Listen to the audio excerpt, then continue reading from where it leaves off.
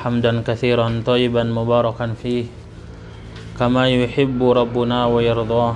أشهد أن لا إله إلا الله وحده لا شريك له وأشهد أن محمدا عبده ورسوله صلى الله عليه وعلى آله وصحبه ومن اهتدى بهديه إلى يوم القيامة. أما بعد، قال الله تعالى: يا أيها الذين آمنوا اتقوا الله حق تقاته ولا تموتن إلا وأنتم مسلمون. يا أيها الذين آمنوا اتقوا الله وقولوا قولا سديدا يصلح لكم أعمالكم ويغفر لكم ذنوبكم ومن يطع الله ورسوله فقد فاز فوزا عظيما. أما بعد، فإن أصدق الحديث كتاب الله وخير الهدى هدى محمد صلى الله عليه وسلم وشر الأمور محدثاتها فإن كل محدثة بدعة وكل بدعة ضلالة وكل ضلالة في النار. Ikhwan fillah yang dirahmati Allah Subhanahu wa taala, alhamdulillah di kesempatan pagi ini kita diberikan oleh Allah Subhanahu wa taala nikmat sehat, nikmat afiat, nikmat di atas sunnah Rasulullah sallallahu alaihi wasallam. Salawat teriring salam semoga senantiasa tercurahkan, terlimpahkan kepada Habibuna Mustafa Muhammad sallallahu alaihi wasallam, pada keluarganya, sahabatnya, dan siapapun yang meniti jalan sunnahnya. Insyaallah di kesempatan pagi ini kita akan membahas kitab baru itu kitab Riyadhus Shalihin karya Imam An-Nawawi Ad-Dimashqi rahimahullahu ta'ala. Di muqaddimah ini kita akan mengenal lebih dekat siapa itu Imam Nawawi, kemudian bagaimana metodologi kitab Riyadhus Shalihin, dan nanti kita bagaimana menjelaskan, membahas dari kitab Riyadhus Shalihin ini. Di halaman 29, di halaman yang 29, bahwa kitab ini sebagaimana para ulama katakan bahwa kitab yang memiliki banyak sekali keutamaan. Tidak ada orang awam sekalipun yang tidak mengenal, tidak tahu kitab Riyadhus Shalihin. Demikian juga pengarangnya, sangat masyhur, sangat terkenal sekali. Sehingga salah satu doktor di Jami'ah Qasim, beliau mengatakan bahwa setelah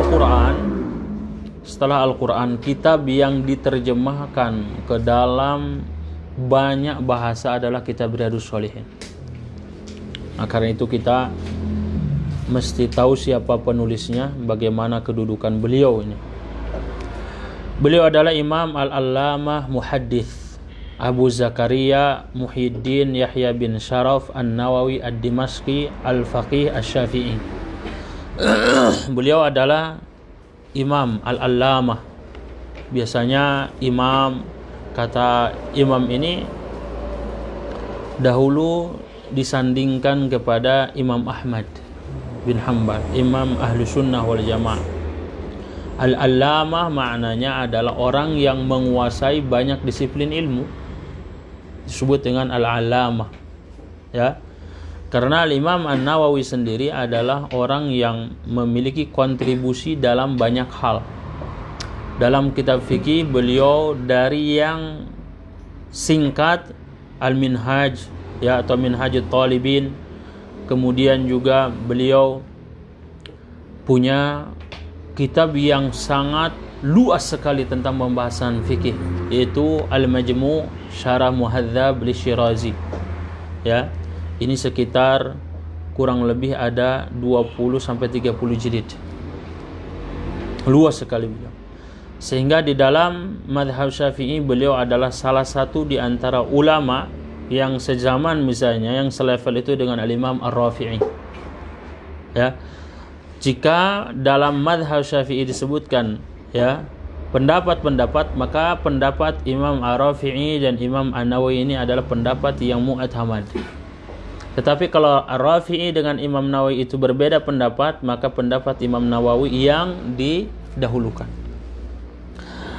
Dalam masalah bahasa, beliau punya kitab namanya Tahdzibul Asma wal Lughah. Ya, sehingga dalam kitab ini pun nanti akan terlihat bagaimana Al-Imam An-Nawawi menyederhanakan kalimat-kalimat yang susah. Kemudian juga dalam kitab hadis beliau pensyarah dari Sahih Muslim. Ya, pensyarah dari Sahih Muslim.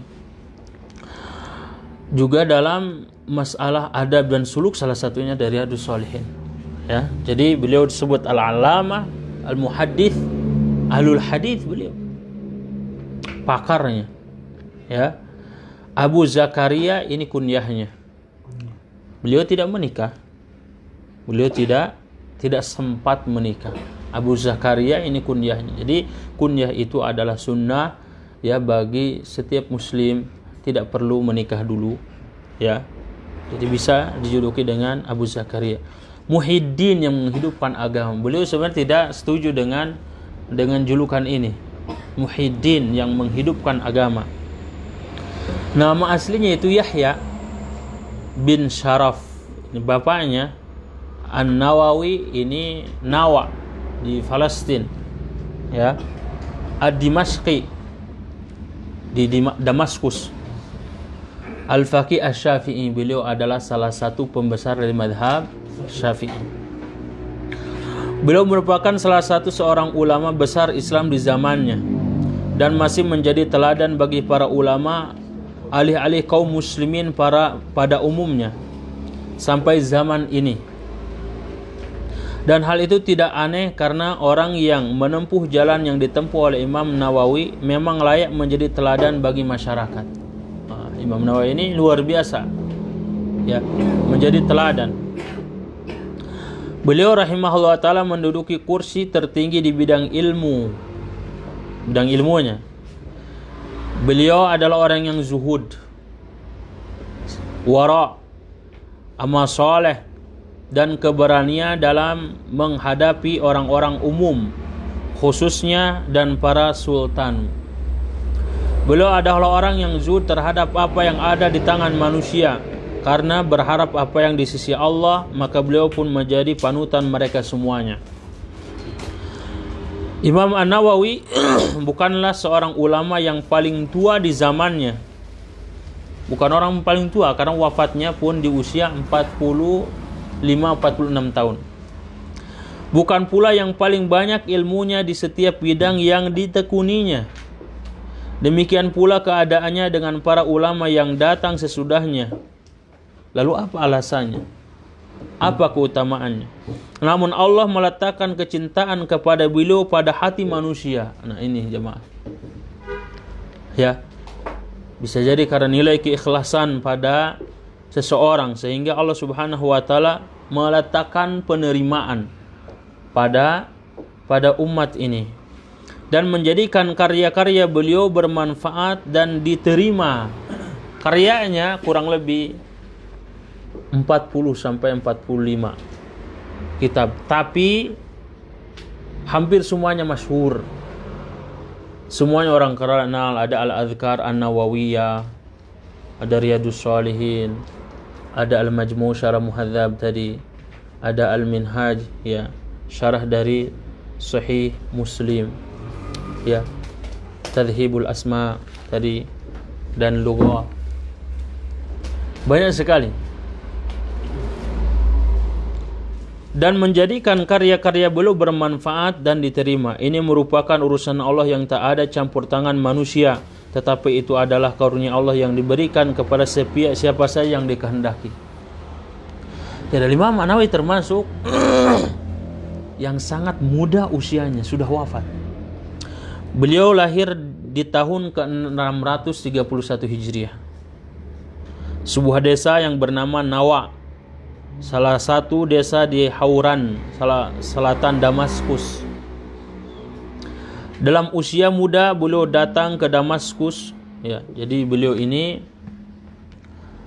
sama ibunya dibawa ke Damaskus di usia yang masih muda. Bahkan ketika usia 10 tahun, ya, 12 tahun. Beliau ini kegemarannya berbeda dengan anak-anak. Beliau tidak senang main. Ya, padahal anak-anak fitrahnya apa? Bermain. Beliau tidak senang bermain. Senangnya adalah mentelaah, menghafal.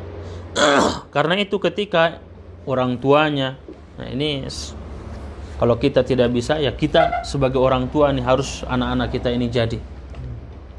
Orang tuanya kemudian membawa ke Damaskus, lalu tinggal di Madrasah Ar-Rahawiyah. Madrasah ini dekat Jami' Al-Umawi, didirikan oleh Habibatullah bin Muhammad Al-Ansari yang dikenal dengan Ibnu Rahawah. Beliau mewakafkannya kepada orang-orang Syafi'iyah. Sekarang ini menjadi rumah karena minimnya perhatian kaum muslimin terhadap harta wakaf akhir-akhir ini. Ya. Ini madrasahnya ini sekarang jadi rumah. Karena itu kita kalau mau wakaf, kalau mau amal ini menjadi panjang, maka mesti mempertimbangkan, ya, bagaimana secara negara dan secara hukum. Ini salah satu bukti bagaimana perhatian. Mungkin setiap negara berbeda. Setiap negara berbeda-beda. Fokus kajian beliau adalah kitabullah dan tafsir-tafsirnya. Dan titik kesibukan beliau adalah hadis Nabi dan syarah-syarahnya. Pada awalnya beliau belajar fikih menurut mazhab Imam Asy-Syafi'i dan beliau menulis beberapa buku yang bermanfaat. Kemudian beliau menulis dengan berpijak kepada dalil Al-Quran dan As-Sunnah secara langsung, melakukan studi komprehensif di antara mazhab-mazhab para ulama dan menyimpulkan pendapat yang merupakan hasil dari ijtihadnya, dan bukunya yang fenomenal yang merupakan salah satu buku induk Islam yaitu Al-Majmu' Syarh Muhadzab, ya, Al-Imam Asy-Syirazi. Sayangnya beliau wafat sebelum menyelesaikannya. Belum selesai, beliau sudah wafat. Nah, beliau ini teman-teman, Al-Imam An-Nawawi ini ketika muda menghadiri kajian itu 12 halaqah dalam sehari. 12 halaqah. Kita sepekan saja tidak sampai 12 kajian. Ya. Jadi beliau lihat bagaimana kecintaan terhadap ilmu dan hasilnya sampai sekarang nama-nama beliau ini masih disebut, namanya masih hidup sampai sekarang. Ulangnya sudah tiada. Ya.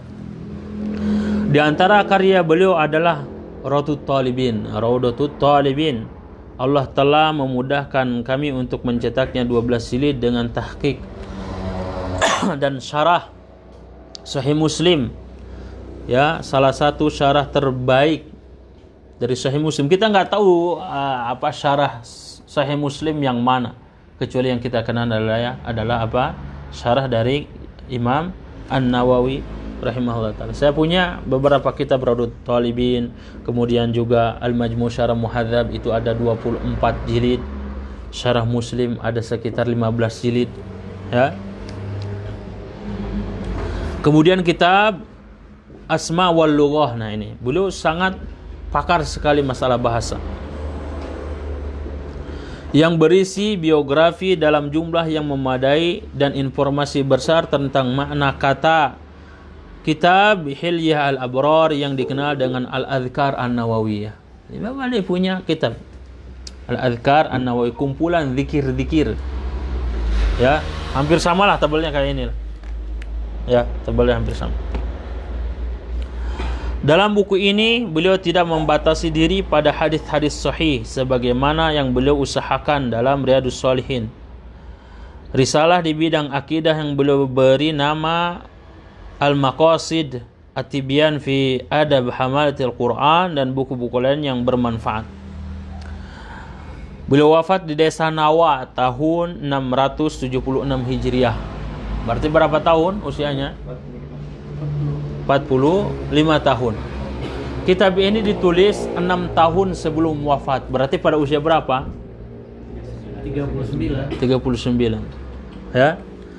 Beliau ini sebagaimana diceritakan oleh ahlu sirah bahwa ketika mensyarah kitab Sahih Muslim yang berjumlah 12.000 hadis, ya, semua di sini. Semua dari, kalau sekarang kan referensi gampang. Antum kalau ingin cari hadis sahih atau tidaknya, ya, ini gampang. Di sini ada Al-Bahith Al-Qur'ani. Ini tentang klik, ya, semua tafsirnya muncul semua tuh. Jadi antum menguasai bahasa Arab saja. Ya. Kemudian kalau untuk hadis, di sini Al-Bahith Al-Hadithi. Semuanya ada di sini. Tinggal tulis, sudah itu. Kedudukannya, takhrijnya, perawinya, di siapa yang bermasalah, ada. Selesai sudah. Gampang. Tapi beliau ini ketika mensyarah Sahih Muslim dan mengumpulkan di sini nih, itu dari apa? Dari hasil hafalannya. Jadi karena ilmu itu ada dihafal. Ya. Karenanya beliau dari yang sederhana Arba'in Nawawiyah. Arba'in Nawawiyah, kumpulan hadis-hadis yang singkat. 42 hadis yang beliau itu masyhur di mana-mana. Ya. Beliau ini Masya Allah di usianya 45 tahun, ya, tapi meninggalkan karya yang sangat fenomenal. Adapun manhaj atau metode dalam penyajian kitab-kitab, ya, itu memiliki metodologi yang berbeda-beda penyusunannya. Jadi ada sesuai dengan urutan para sahabat, ya, itu yang disebut dengan al-musnad. Karena kita tahu ada namanya Musnad Imam Ahmad. Imam Ahmad ini hafal 1 juta hadis lebih. Beliau kemudian menyusun kitab Al-Musnad. Itu sesuai susunan dari para sahabat. Ada juga Al-Mustadrak, seperti Al-Mustadrak Imam Hakim. Ya, susunannya itu berbeda-beda. Ada juga ala hasabi tartibil ilm, sesuai dengan urutan ilmu. Seperti misalnya Kitabul Iman, Kitabul Miyah, Tohara, Salat. Ini seperti apa? Itu Sahih Bukhari, Sahih Muslim, Ashabus Sunan, itu urutannya gitu, ala tartibil ilm. Ada juga hadis itu ala tartib al-ahkam. Tartib ahkam, hukum-hukum saja, hukum-hukum fikih dia.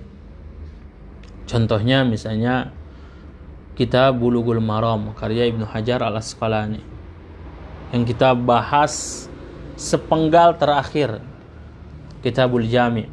Jadi Kitabul Jami itu membahas 8 pokok permasalahan. Jadi beda-beda. Nah, Riyadhus Shalihin ini unik. Riyadhus Shalihin ini unik karena tidak masuk ke pembahasan-pembahasan yang tadi. Al-Imam An-Nawawi ingin bahwasanya kitab ini diterima oleh orang awam sekalipun. Oleh orang awam sekalipun. Ya, tapi walaupun memang awamnya zaman Imam Nawawi dengan awamnya zaman kita beda. Ya. Bisa jadi kita ini para penuntut ilmu di zaman ini tapi bisa dikategorikan awam di zaman dulu. Ya enggak? Ya. Tapi beliau ini jamaah yang rahmati Allah Subhanahu wa taala mengumpulkan hadis-hadis yang jumlahnya kalau di kitab ini jumlahnya hampir 19.000, ya. Yang ada pada kita ditahqiq oleh Imam Albani itu sekitar 19.005 hadis dengan 19 kitab bahasan. 19 kitab bahasan. Ada sekitar 272 bab. Jadi 19 kitab bahasan, 372 bab, dan terdiri dari 19.005 hadis. Banyak enggak? Banyak enggak? Banyak sekali. Nah, beliau ini teman-teman yang rahmati Allah Subhanahu wa taala, sebagaimana nanti di mukadimahnya kita bahas, beliau memasukkan hadis-hadis sahih dari Bukhari, Muslim, ya, An-Nasa'i, ya, Ibnu Majah, Abu Daud, yang berusaha semuanya adalah hadis sahih. Walaupun Syekh Al-Albani di mukadimahnya ada beberapa poin yang beliau tulis di sini. Ada 15 poin catatan tentang Riyadhus Shalihin, bahwasanya tidak semuanya sahih. Ya, tapi kebanyakan. Karena ini targetnya orang awam.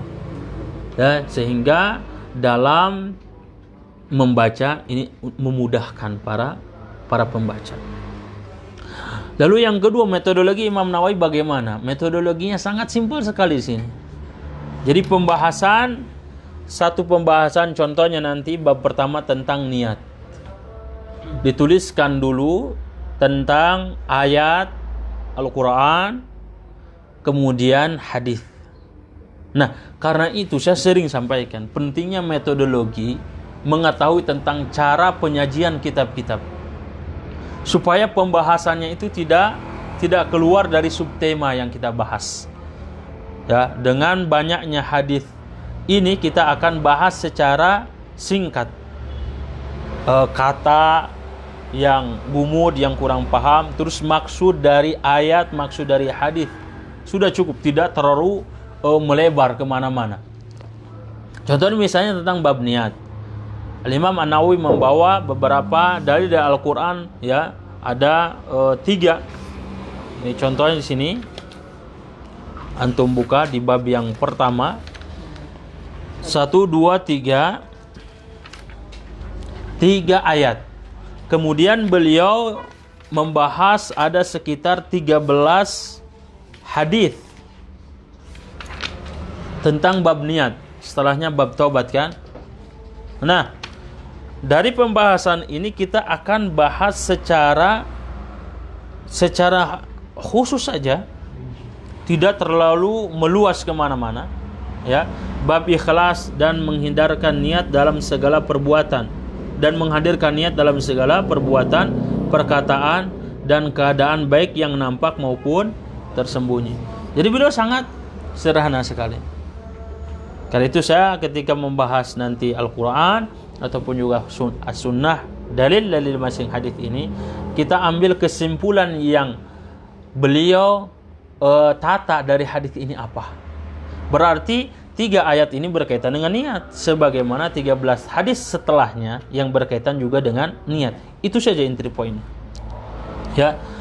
Kemudian kitab ini menjadi menarik juga untuk dikaji, ya, oleh kita semua adalah hal-hal yang sifatnya berkaitan dengan keseharian kita, terutama penyajian tentang tazkiyatun nufus.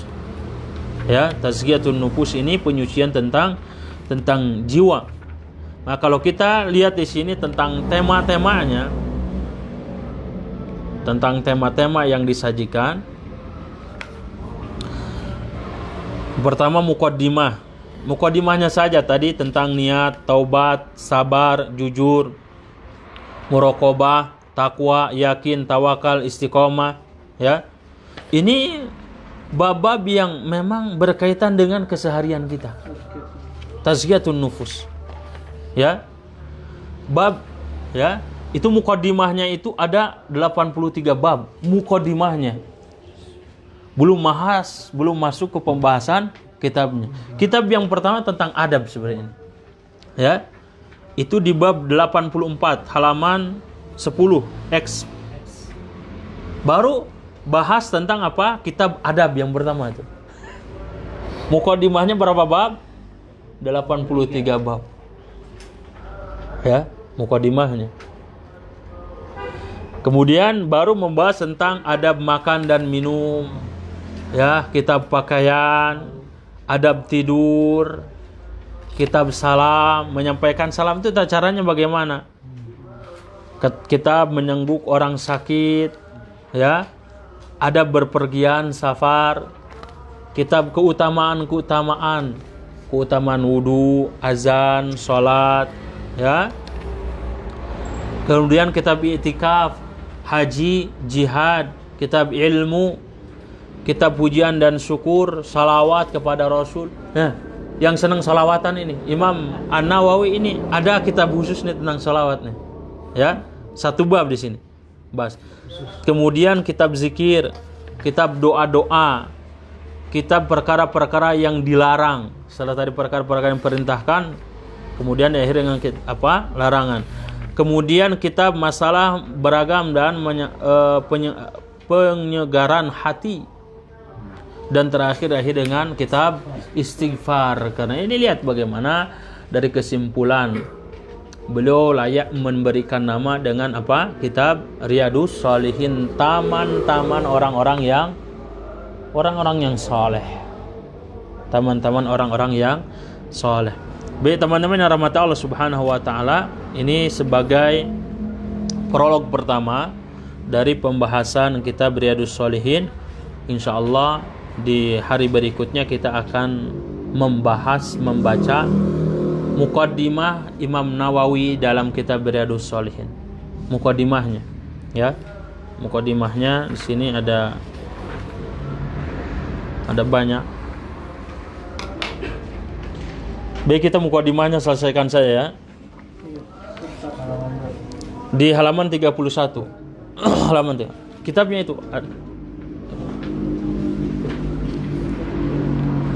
segala puji bagi Allah yang Maha Esa lagi Maha menundukkan, Maha Perkasa lagi Maha Pengampun, yang mempergantikan siang dan malam sebagai peringatan bagi orang-orang yang memiliki hati dan pandangan, sebagai petunjuk bagi orang-orang yang berakal dan berkenaan pengambilan pelajaran, yang menyandarkan hamba-hambanya yang terpilih lalu membuat mereka zuhud di dunia ini, yang menyibukkan mereka untuk selalu merasakan pengawasannya dan menggunakan pemikiran, senantiasa mengambil nasihat dan teringat kepadanya, yang membimbing mereka untuk senantiasa menaatinya, menyiapkan diri menghadapi kehidupan akhirat, waspada terhadap hal-hal yang mengundang murkanya dan menyeret ke alam kebinasaan, serta konsisten di atas hal itu seiring dengan pergantian keadaan dan zaman. Ini istiqomah, ya, beribadah kepada Allah Subhanahu wa taala sepanjang zaman adalah suatu hal yang sulit. Ya, tapi kita memohon kepadanya. Saya memujinya dengan pujian paling mendalam dan paling suci, paling menyeluruh dan paling melimpah. Saya bersaksi bahwa tidak ada Tuhan yang berhak disembah kecuali Allah yang Maha Baik lagi Maha Pemurah, Maha Penyayang lagi Maha Pengasih. Dan saya bersaksi bahwasanya Nabi kami Muhammad adalah hamba dan Rasulnya, Habib dan Khalilnya, pembimbing ke jalan yang lurus, pengajak ke agama yang benar. Rasulullah SAW telah mengajarkan bagaimana cara beragama yang benar yang harus kita tiru. Semoga salawat dan salam dari Allah tercurah kepada beliau, kepada nabi-nabi lainnya, keluarganya dan orang-orang yang soleh. Amma ba'du. Allah Subhanahu wa taala berfirman, "Wa ma khalaqtul jinna wal insa illa liya'budun, ma uridu minhum mir rizqin wa ma uridu an yut'imun." Dan aku tidak menciptakan jin dan manusia melainkan supaya mereka beribadah menyembahku. Aku tidak menghendaki rizki sedikit pun dari mereka, dan aku tidak menghendaki supaya mereka memberi aku makan. Surat Az-Zariyat 45-57. Ayat ini, kata beliau, 56-57. Ayat ini berkata secara jelas bahwa mereka diciptakan untuk beribadah. Maka sudah sepatutnya bila mereka memperhatikan tujuan penciptaan mereka ini dan meninggalkan bagian-bagian dunia dengan bersikap zuhud kepadanya. Karena dunia adalah negeri fana, bukan negeri kekekalan. Kendaraan untuk melintas bukan tempat tinggal selamanya. Proyek pendek bukan negeri abadi. Oleh karena itu, orang-orang yang sadar dari penghuninya adalah para ahli ibadah. Dan orang-orang paling berakal padanya adalah orang-orang yang zuhud. Jadi beliau di awal penulisan menyadarkan kepada kita bahwasanya tujuan kita diciptakan adalah untuk beribadah. Oleh karena itu keberadaan kita di dunia semestinya sesuai dengan tujuan tadi. Ya, sesuai dengan tujuan tadi. Allah Subhanahu wa taala berfirman, sesungguhnya perumpamaan kehidupan duniawi itu hanya seperti air hujan yang kami turunkan dari langit, lalu tumbuhlah tanaman-tanaman bumi dengan subur karena air hujan itu. Di antaranya ada yang dimakan manusia dan hewan ternak, hingga apabila bumi ini telah sempurna keindahannya dan perhiasan, dan pemiliknya mengira bahwa mereka pasti menguasainya, memetik hasilnya, datanglah kepadanya azab dari kami pada waktu malam ataupun siang. Lalu kami jadikan tanamannya seperti tanaman yang sudah disabit, menguning, ya, seakan-akan belum pernah tumbuh kemarin. Demikianlah kami menjelaskan secara rinci tanda-tanda kekuasaan kami kepada orang-orang yang berfikir. Maksud dari ayat ini teman-teman, bahwa Allah Subhanahu wa taala menciptakan alam semesta ini dengan sempurna, membuat decak kagum siapapun. Tumbuh-tumbuhan, sawah, ladang. Tapi pada akhirnya dunia ini akan binasa, akan hancur. Kalau dunia kan terlalu lama, perumpamaannya terlalu lama. Perumpamaan yang sederhana adalah apa yang ada di sekitar kita, tumbuh-tumbuhan. Allah turunkan hujan, ya, kemudian menjadi subur. Toh di balik kesuburan itu tidak akan lama. Ayat-ayat yang senada berjumlah sangat banyak. Artinya yang senada dengan ayat ini sangat banyak sekali, supaya sebagai nasihat kepada kita. Sungguh bagus ucapan seorang pujangga, inna lillahi ibadan futana talaqud dunya wa khaful fitana. Sesungguhnya Allah memiliki hamba-hamba yang cerdik. Mereka mentalak dunia dan takut kepada fitnah-fitnah. Nadaru fiha falamma alimu annaha laysat lihayyin watana. Mereka melihat kepadanya, maka manakala mereka mengetahuinya bahwa ia bukanlah tempat tinggal bagi makhluk-makhluk hidup, ja'aluha lujjatan wattakhadhu salihal a'mali fiha sufana. Mereka menjadikan samudra dan mereka menjadikan amal-amal soleh padanya sebagai bahtera-bahteranya. Ini kehidupan kita. Kita hidup di dunia tidak bisa kita hindari. Yang kita bisa hindari adalah ambisi yang akut terhadap dunia, sehingga takut dengan kematian.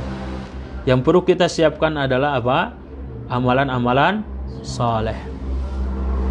Bila keadaan dunia adalah seperti yang saya gambarkan, dan kondisi kita serta tujuan kita diciptakan adalah sebagaimana yang telah saya paparkan, yaitu untuk beribadah, maka sepatutnya bagi setiap mukallaf agar membawa jiwanya ke jalan orang-orang pilihan, meniti jalan orang-orang yang berakal dan pandangan yang luas, menyiapkan diri menghadapi apa yang saya isyaratkan dan memperhatikan apa yang saya ingatkan. Jalan yang paling benar dan paling lurus untuk dia ikuti adalah menghiasi diri dengan adab-adab yang soleh berasal dari Nabi kita. Nah, antum garis bawah ini. Menghiasi diri dengan adab-adab yang soleh yang berasal dari siapa? Dari Nabi kita. Pemimpin orang-orang generasi awal dan generasi akhir, orang yang termulia dari kalangan orang-orang terdahulu dan orang-orang kemudian. Semoga salawat dan salam dari Allah tercurah kepada beliau dan kepada nabi-nabi lainnya. Allah Subhanahu wa taala berfirman, "Wa ta'awanu 'alal birri wat taqwa," dan tolong menolonglah kalian dalam kebajikan dan takwa. Dan telah diriwayatkan secara sahih dari Rasul bahwasanya beliau bersabda, "Wallahu fi aunil 'abdi ma kana al-'abdu fi auni akhi." Dan Allah senantiasa menolong seorang hamba selama hamba tersebut menolong saudaranya. Saya katakan bawahnya nih, ini merupakan penggalan hadis yang akan disebutkan dalam buku ini nomor 250 kata Syekh Albani. Ya. Man dalla ala khairin falahu mithlu ajri fa'ilihi. Barang siapa yang menunjukkan kepada suatu kebaikan, maka dia akan mendapatkan seperti pahala orang yang melakukannya. Man da'a ilal huda. kana lahu minal ajri mithlu ujuri man tabi'ahu la yanqusu dzalika min ujurihim syai'a. Barang siapa yang mengajak kepada suatu petunjuk, maka dia mendapatkan pahala seperti pahala orang yang mengikutinya tanpa mengurangi pahala mereka sedikit pun. Beliau juga bersabda, "Fa wallahi la yahdiyallahu bika rajulan wahidan khairul laka min humrin na'am." Demi Allah, Allah memberi hidayah kepada seorang laki-laki melalui dirimu, itu lebih baik bagimu daripada unta merah. Apa kata beliau ketika menyebutkan hadis wa ta'awanu, menuju kebaikan dan lain sebagainya? Maka saya bermaksud mengumpulkan hadis sahih secara ringkas ini. Artinya bentuk ta'awun. Saling apa? Saling tolong menolong. Ya. Yang memaparkan jalan yang bisa menghantarkan orang-orang mengambilnya menuju akhirat. Jadi beliau ingin menunjuki hadis-hadis, ya. Karena apa? Karena di sini keutamaannya menolong seorang hamba, maka Allah pun akan menolong hamba tersebut. Orang yang menyampaikan kebaikan, dia pun akan mendapatkan pahala dari kebaikan itu tanpa mengurangi. Ya, di sini Rasul menyebutkan mandala ala khairin, kepada kebaikan. Man da'a, dalla sama da'a beda. Da'a sama dalla kalau itu menunjuki ini kebaikan. Tapi kalau man da'a ilal huda, mengajak. Sana itu ada kajian, itu dalla. Tapi kalau sudah da'a ilal huda, antum ajak. Antum kapan mau ke sini? Kita kajian bareng, ana jemput. Itu da', lebih susah. Ya. Pahalanya apa? La an yahdiyallahu bika rajulan wahidan khairul lak min humrin na'am. Itu lebih utama dibandingkan unta merah. Bayangkan Imam Nawawi dengan kitab ini sejak selesai pembahasannya sampai sekarang dikaji di mana-mana. Di pesantren-pesantren. Ini bukan di Indonesia saja, ini seluruh dunia. Lintas mazhab mensyarah kitab ini, jamaah. Karenanya kata beliau rahimahullah ta'ala, menjelaskan adab-adab yang lahir maupun yang batin, mencangkup anjuran dan ancaman, serta adab-adab orang yang berjalan menuju akhirat, meliputi hadis-hadis zuhud, latihan-latihan jiwa, penataan akhlak, penyucian dan terapi hati, penjagaan terhadap anggota badan, membuang kebongkakannya, dan hal-hal lainnya yang menjadi tujuan orang-orang yang mengetahuinya. Saya berusaha tidak menyebutkan dalam buku ini kecuali hadis-hadis yang sahih lagi jelas. Ini usaha beliau ini. Walaupun tadi ada catatan dari Imam An-Nawawi. Ya. Sedikit, tidak terlalu banyak. Yang disandarkan kepada kitab-kitab sahih yang populer, Sahih Bukhari, Sahih Muslim, ya, An-Nasai dan sebagainya. Dan saya menjelaskan kata yang perlu untuk dijelaskan, cara membacanya atau maknanya yang samar dengan keterangan-keterangan yang berharga. Nah, dijelaskan sama beliau ini. Kata-kata yang gumud. Sehingga beliau tadi pakar dalam bidang bahasa ini menjadi apa? Hujah tersendiri. Bila di akhir hadis saya berkata muttafaqun alaihi, ini metodenya, muttafaqun alaih, maka maknanya adalah hadis tersebut diriwayatkan oleh Imam Bukhari dan Imam Muslim. Ya. Saya berharap bila buku ini telah rampung, ia menjadi penuntun bagi pemerhatinya kepada kebaikan-kebaikan dan penghalang baginya dari keburukan-keburukan dan hal-hal yang membinasakan. Jadi beliau ini berkaitan dengan apa? Perintah-perintah supaya dilakukan, larangan-larangan supaya dijauhi. Saya memohon kepada saudara yang mengambil manfaat dari buku ini agar mendoakan saya. Allahu Akbar. Rahimahullahu rahmatan wasi'ah. Ya, beliau ini. Kedua orang tua saya, para guru saya, orang-orang yang saya cintai dan seluruh kaum muslimin, hanya kepada Allah yang Maha Pemurah saya bersandar. Hanya kepadanya saya bertawakal dan berpegang. Cukuplah Allah bagiku dan dialah sebaik-baiknya penolong. Tidak ada daya dan kekuatan kecuali dengan permohonan Allah yang maha perkasa lagi maha bijaksana. Teman-teman yang dirahmati Allah Subhanahu wa taala, sangat menarik sekali apa yang beliau paparkan dari mukaddimahnya, harapan, ya tadi ada tujuannya kenapa beliau membahas ya kitab ini. Tentunya kita harapannya adalah ingin mendalami taman-taman orang soleh di dunia sebelum kita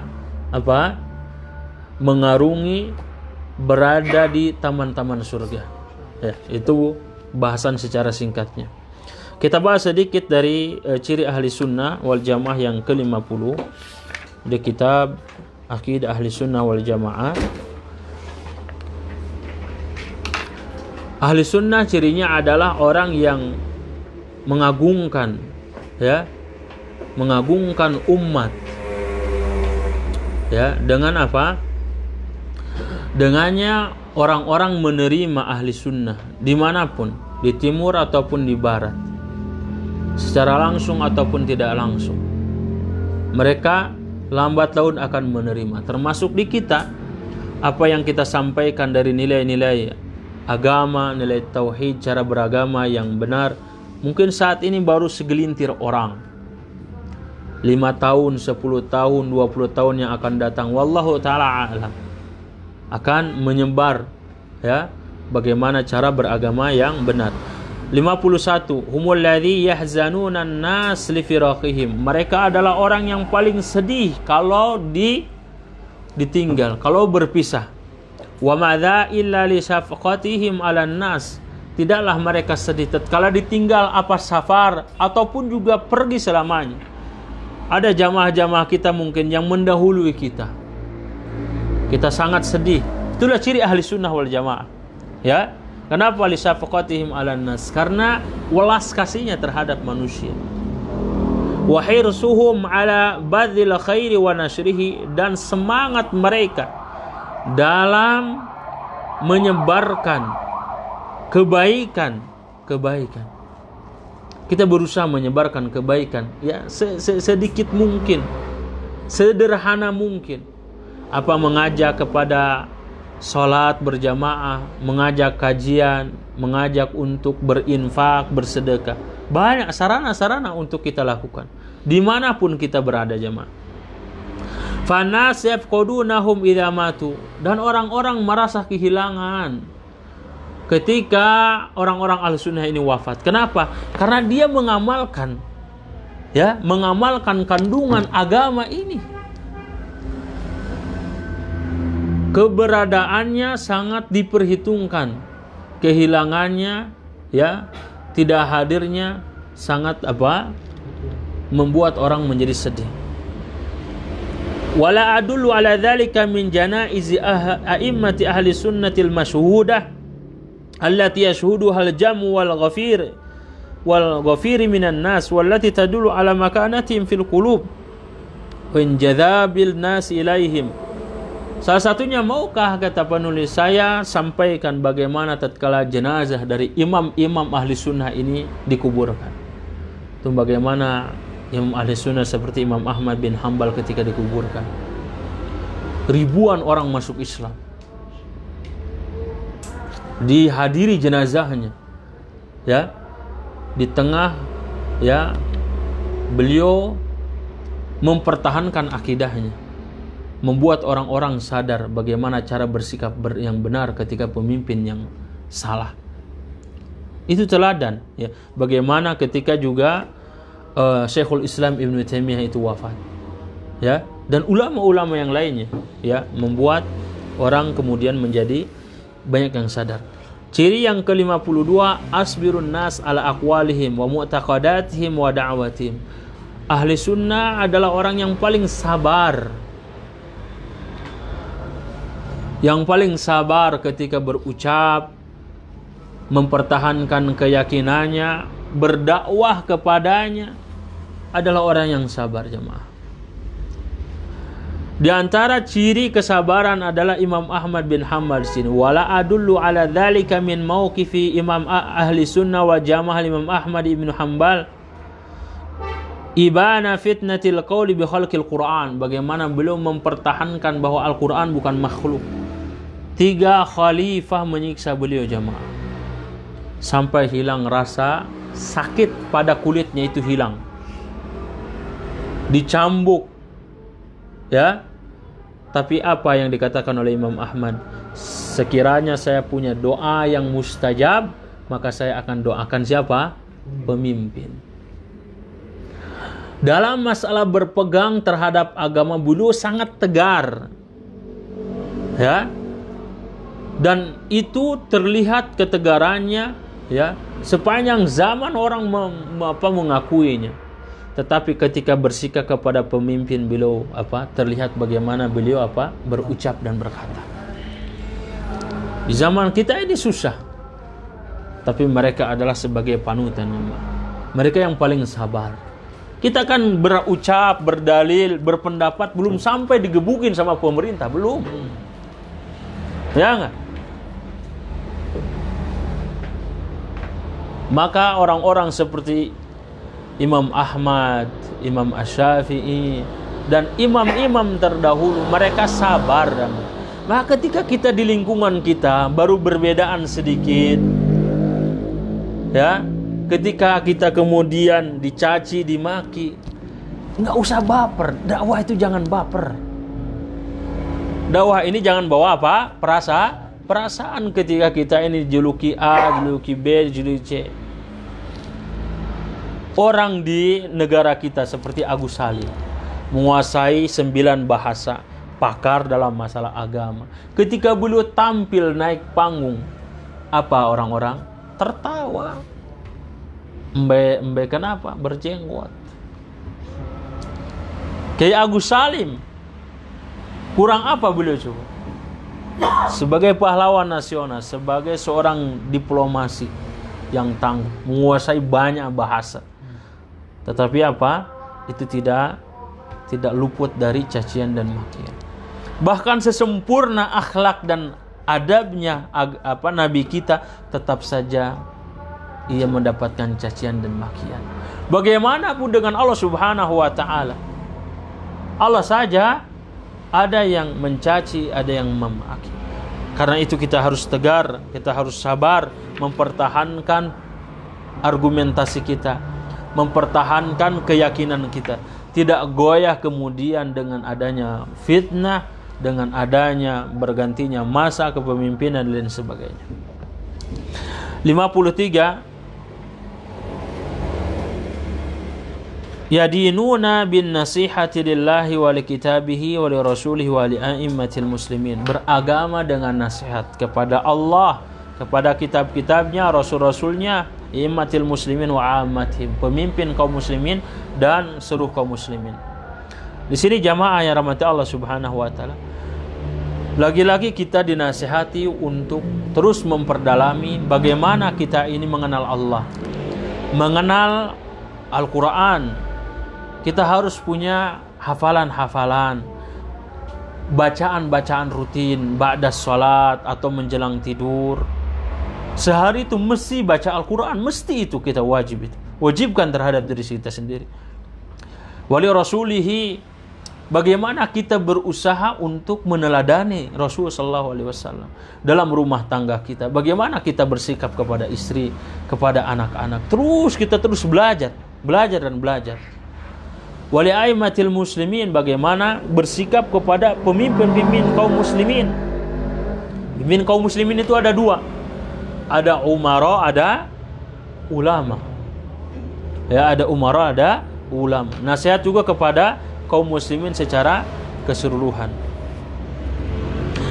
Yang ke-54, la yujibuna 'alal 'ajiz fi ma'rifatil ilmi ma yajibu 'alal qadir. Ciri ahli sunnah adalah mereka tidak mewajibkan kepada orang yang tidak mampu sebagaimana wajib kepada orang yang mampu. Mereka bersikap insaf, pertengahan, adil. Fahum yu'minuna bi kulli ma jaa fil kitabi was sunnah imanan mujmalan.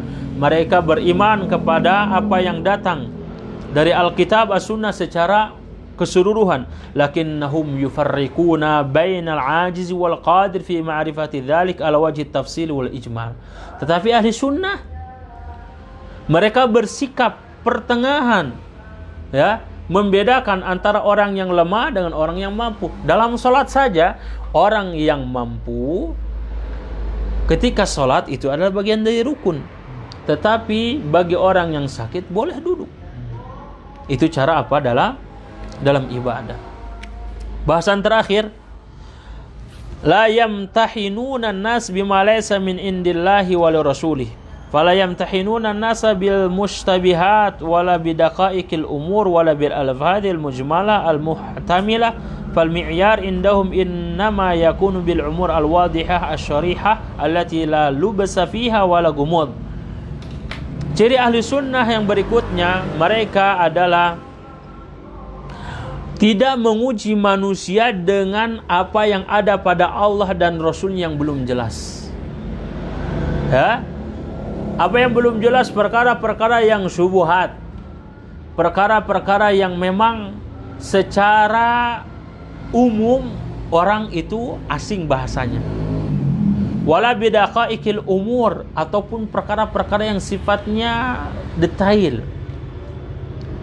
Ya, maka pembahasan masalah itu adalah dengan pembahasan yang bil alfaz al mujwamalah al wadihah, dengan bahasan-bahasan yang jelas, yang terang. Apa kemudian ketika pembahasan Allah di istiwa di atas arsy ini adalah pembahasan yang tafsil? Enggak, ini pembahasan yang mujmal. Akal logika pun menerima Allah Subhanahu wa taala al-ahli yang maha tinggi, keberadaannya di atas, ya. Yang menjadi bahasan yang terperinci yang tidak boleh adalah ketika bahasan itu kemudian ya tidak bisa diterka dan ditangkap oleh akal-akal masyarakat umum. Bahkan pembahasan ini pun bisa kita tahan tatkala apa? Tatkala ketika kita menyampaikan, madaratnya akan lebih besar.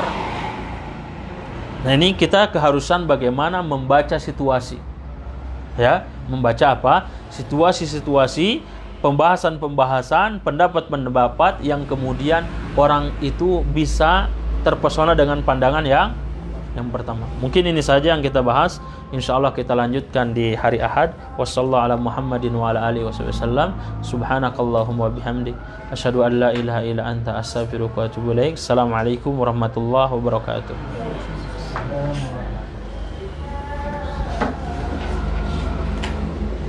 Ada yang bertanya? Assalamualaikum warahmatullahi wabarakatuh. Amin. Tentang ridut solid